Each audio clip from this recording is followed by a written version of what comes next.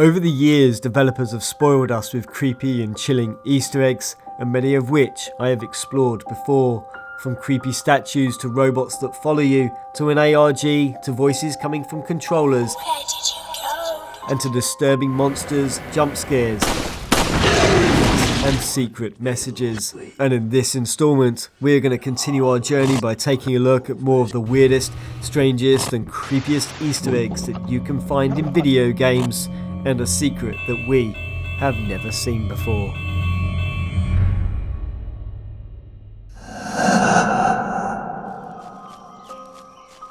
Infra is an adventure title that puts you in the boots of a structural analyst.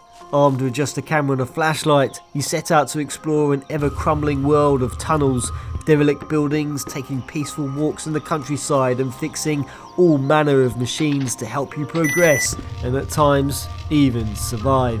But in amongst this incredibly detailed world, you can also discover hints of conspiracy, corruption and even discover urban legends such as Morko, the Finnish word for the boogeyman. And in one section, you have to escape an area where a ceiling is about to come down on top of you and you're meant to take an elevator to the surface. But if you're observant enough here, you can find a door that leads to tunnel B2, though this is currently locked. But if you happen to replay this section and manage to discover the key to the door, pick up a power pack from the maintenance office and find a 4-digit code, then you can unlock this secret area and experience an incredibly creepy Easter egg that will change depending on how you interact with the tunnel.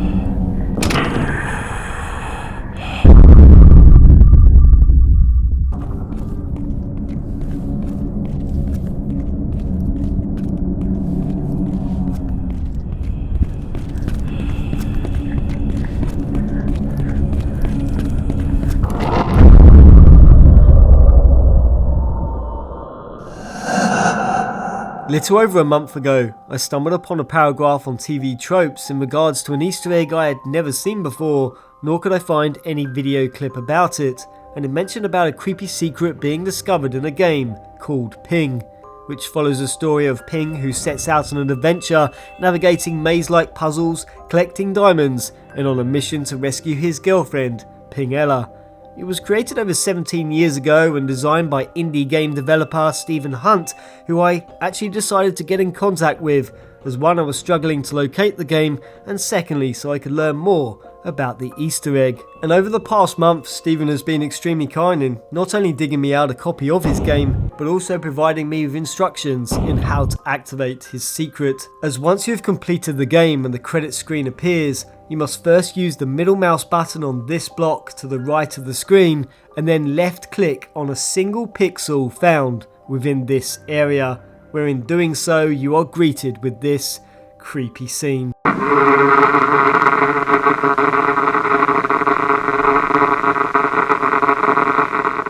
Providing us with glitching messages in Chinese that translate as "You are dead" and "You're all dead." which are accompanied by a distorted background sound that Stephen accidentally discovered by playing the boss's death on a stuttering loop, which he found eerie and decided to leave us creepy messages in wiggling Chinese characters, which was inspired by his favourite movie, Ring. Stephen also provided me with a third unused message that would have read, "He is behind you." Utaho no Tatari 2 is a Japanese horror game that was created using RPG Maker and released onto this website back in mid-August of 2013. It initially tells the story of a girl named Shizune who lives at home with her mother, and things quickly take a turn for the worst, as it appears her mother becomes possessed by some sort of evil entity and disappears through a hole in the wall, and Shizune herself is stalked and jump-scared by all sorts of disturbing visions. Shizune ends up leaving the house to stay with a friend, but learns her mother has died, and oddly, via starvation, which is utterly bizarre. It's at this point that even her friend disappears, and the game keeps on dishing out strange scenes and visions, and plenty more jump scares. Which brings us to one of the most notorious jump scares and Easter eggs in the game. As once you visit the shrine, you can take a walk around to gather more information, but if you happen to walk through the Torii gates several times, the game will give you the impression that it is crashing and that there is a serious bug. Initially, you'd probably become quite frustrated and annoyed, but actually, you are being led down a path to this horrible jump.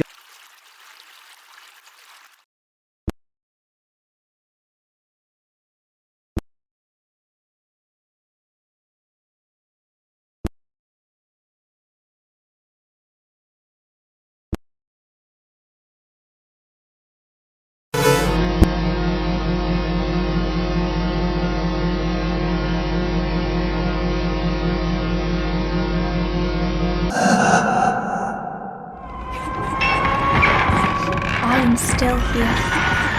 This is not the end. The Bloober Team developers certainly have no problems when it comes to creating terrifying, psychological horror games, and even their Easter eggs turn out to be just as scary.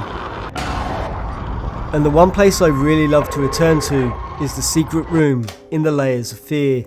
A room that can only be opened on certain days surrounding the date of Halloween, and giving you access to a Ouija board which allows us to use it and unlock all sorts of disturbing and weird secrets.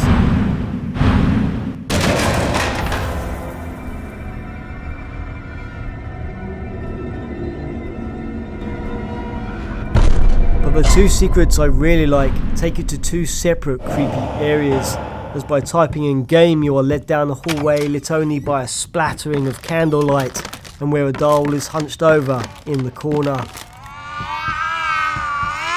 It is then, if you light the candles to the left, that you expose this demonic looking creature.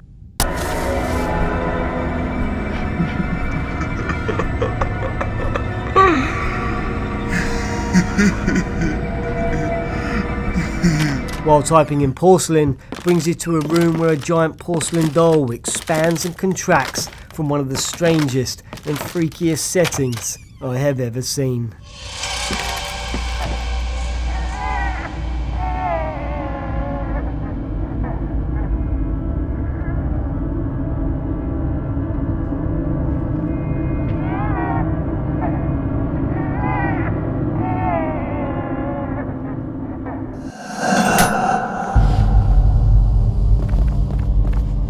During the prelude of the fast-paced violence and action-packed title of Ultrakill, you pick up the story of V1, a combat machine that roams the depths of hell and feasts upon the blood of demons and tormented souls.